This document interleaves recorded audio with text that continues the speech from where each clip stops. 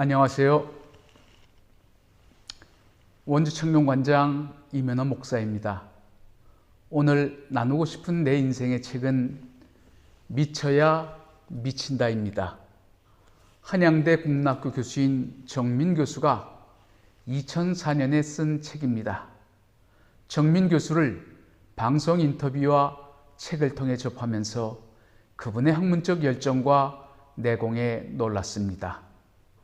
18세기 연암 박지원과 타산 정약용에 대한 해박한 이해를 비롯하여 시대를 꿰뚫는 힘은 그의 왕성한 책 읽기와 글쓰기에서 나온 것이 아닌가 하는 생각을 합니다. 미쳐야 미친다는 한자로 불광불급입니다. 국어사전에 미치지 아니하면 일정한 정도나 수준에 이르지 못함을 뜻하는 사자성어입니다. 미쳐야 미친다는 한마디로 미쳐야지만 이룰 수 있다는 말입니다. 저자는 머릿말에서 세상에 미치지 않고 이룰 수 있는 큰 일이란 없다. 학문도 예술도 사랑도 나를 온전히 잊은 몰두 속에서만 빛나는 성취를 이룰 수 있다. 한 시대를 열광케 한 지적, 예술적 성취 속에는 스스로도 제어하지 못하는 광기와 열정이 깔려 있다고 했습니다. 이 책을 읽으면서 떠오르는 단어가 만시간의 법칙이었습니다. 특정 분야에서 이른바 달인의 경지에 오르기 위해선 적어도 만시간 이상은 투자해야 한다는 것입니다. 만시간의 법칙에 어떤 분야든 선천적 재능이 없으면 아무리 노력해도 대가가 될 수 있는 확률은 그리 높지 않다는 반박과 논쟁은 있지만 그보다 더 중요한 것은 피나는 노력입니다. 최고의 정점에 이르지 못하면 또 어떻습니까? 열정 하나는 그 누구에게도 지지 않는 똘끼 하나만 있다면 무엇이 부러울까요? 이 책은 조선시대 지식인의 내면을 사로잡았던 다양한 인물들의 열정과 광기를 탐색한 글로 저자가 관심을 둔 인물들은 우연찮게도 대부분 그 시대의 메이저 리거들이 아닌 주변 또는 경계를 아슬아슬하게 비켜갔던 안티 혹은 마이너들이었습니다. 저자는 말합니다. 지난 10년 가까이 나는 이들을 만나 울고 또 웃었다. 현실의 중압감이 버거워 달아나고 싶더라도 이들 앞에 서면 정신이 번쩍 들었다. 나태와 안일에 젖었을 때 뒤통수를 후려치는 죽비 소리를 들었다.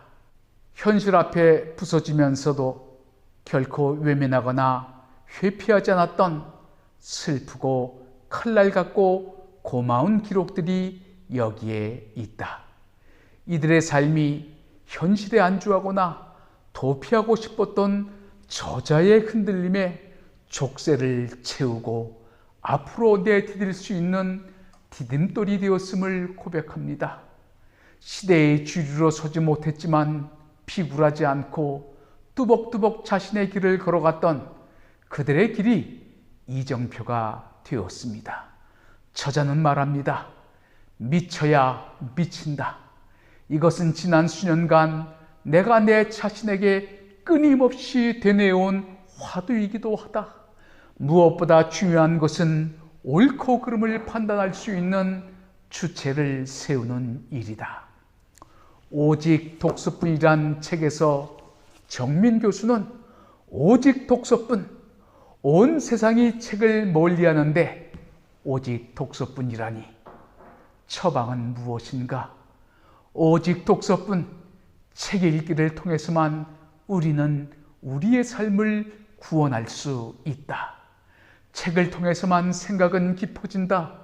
책 안에 원하는 대답이 있다고 했습니다. 미쳐야 미친다는 3부로 구성되어 있습니다. 1부는 벽에 들린 사람들에 대한 이야기로 6편을 소개하고 있습니다. 벽이란 고치기 어렵게 굳어진 버릇, 무엇을 너무 지나치게 즐기는 버릇입니다. 저자는 일부 1편에서 남이 미치지 못할 경지에 도달하려면 미치지 않고는 안 된다고 합니다. 조선의 18세기는 이런 광기로 가득 찬 시대였습니다. 무언가에 미친 벽이 마침내 광기와 결합하여 정신병리학적으로 볼 때 이상 성격이나 왜곡된 욕망, 강박 증상 따위를 빚어내는 속된 말로 또라이들이 불광불급의 주인공이었을 것입니다. 18세기 북학파였던 박제가의 백화보소에 꽃에 미친 김군의 이야기가 나옵니다. 백화보는 꽃에 미친 김군이 1년 내내 꽃밭 아래서 아침부터 저녁까지 계절에 따라 피고 지는 꽃술의 모양, 잎새의 모습을 그림으로 그려놓은 책입니다. 미쳤다는 손가락질, 멍청이라는 놀림에도 아랑곳 없이 손님이 와도 시간이 아까워 말 한마디 나누지 못하는 열정 끝에 이 그림책을 완성합니다. 그의 서책을 지금에 와서는 볼 수 없지만 그의 이름이 규장각의 설이었던 김득형임이 밝혀졌습니다. 돌만 보면 벼루를 깎았던 석치 정철조는 벽과 비슷한 뜻으로 바보라는 뜻의 치 또는 치자도 모두 무엇에 대한 기호가 지나쳐 억제할 수 없는 병적인 상태가 된 것을 뜻합니다. 당당한 문과에 급제하고 정육품의 벼슬까지 지낸 인물로 돌의 재질을 가지지 않고 보이면 보이는 대로 파서 그것으로 작품을 만들었다고 합니다. 해식의 지평일구를 만들었던 김영은 수학에서 출발하여 죽기 직전까지도 천문과 역법, 주역과 악률, 그리고 서구의 자연과학에 이르기까지 끊임없는 탐구욕으로 확산되었고 학문에만 몰두하다가 평생을 따라다니던 곤궁을 떨치지 못하고 굶어 죽습니다. 홍길주는 김영전에서 세상은 재주 있는 자를 결코 사랑하지 않는다고 했습니다.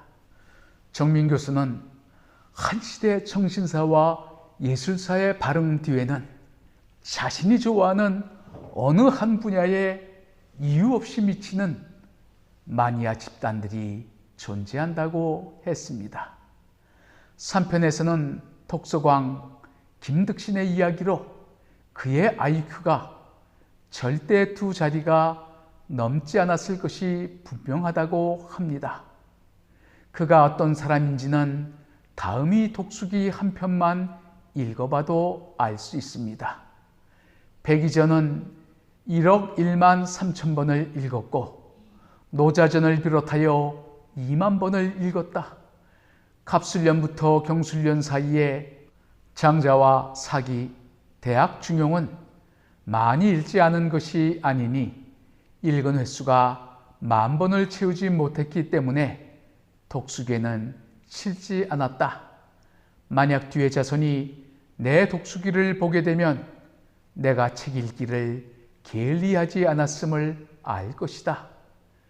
그는 백이전을 1억 1만 3천 번 읽은 것으로 이름났습니다. 이때 1억은 지금의 10만을 가리키니 그가 읽은 횟수는 11만 3천 번입니다. 그런데 얼마나 머리가 나빴으면 길 가다 우연히 들려온 백이전의 한 구절을 기억하지 못했습니다.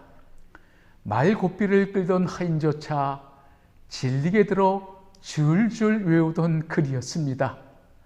머리가 나쁜 것을 알아 이유다 못해 통째로 삼킬 지경으로 읽고 또 읽었습니다. 좋아하는 시는 외우고 외우다가 어느 순간에는 자기가 지은 것으로 착각할 만큼 몰입했습니다. 정민 교수는 부족한 부족한 사람은 있어도 부족한 재능은 없다고 합니다. 부족해도 끊임없이 노력하면 어느 순간 길이 열립니다. 단순 무식한 노력 앞에는 백엔할 장사가 없습니다. 한 번 터진 식견은 다시 막히는 법이 없습니다. 한 번 떠진 눈은 다시 감길 수가 없습니다. 공부를 아무리 해도 성적이 오르지 않는 사람은 김득신을, 아니 그의 끝없이 노력하는 자세를 스승으로 모실 일입니다. 옛사람들은 김득신의 노두남을 자주 화제에 올렸지만 그 속에는 비아냥거림이 아니라 외경이 담겨 있습니다. 김득신은 59살이 되어서야 과거에 급제합니다. 나쁜 머리를 성실과 끈기로서 극복해 나간 결과 그는 당대 최고의 신이라는 평가를 받습니다. 이어서 2부를 소개하겠습니다.